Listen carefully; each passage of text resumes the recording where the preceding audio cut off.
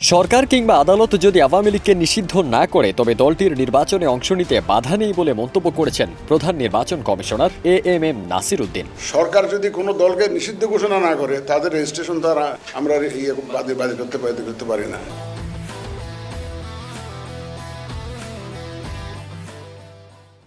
আজ সকালে চট্টগ্রাম সার্কিট হাউসে বিভাগের নির্বাচন কর্মকর্তাদের সঙ্গে মতবিনিময় সভায় তিনি এ মন্তব্য করেন। সিইসি এএমএম নাসির উদ্দিন বলেন, এখন নির্বাচন কমিশন সম্পূর্ণ স্বাধীন। ডানে বামের বা বহির্বিশ্বের কোনো চাপ নেই। এখন আমরা বিবেকের চাপে আছি। এদেশে ভালো নির্বাচন করাও সম্ভব, খারাপ নির্বাচন করাও সম্ভব। বিগত নির্বাচন কমিশনকে শাস্তির আওতায় আনার চিন্তাভাবনা আছে কিনা জানতে চাইলে সিইসি বলেন, এটা নির্বাচন সংস্কার কমিশনের বিষয়। আমরা তাদের সুপারিশনামা এখনও পাইনি। তবে আমাদের কমিশনের পক্ষ থেকে এরকম কোনো চিন্তা করা হচ্ছে না, সিদ্ধান্তও নেই।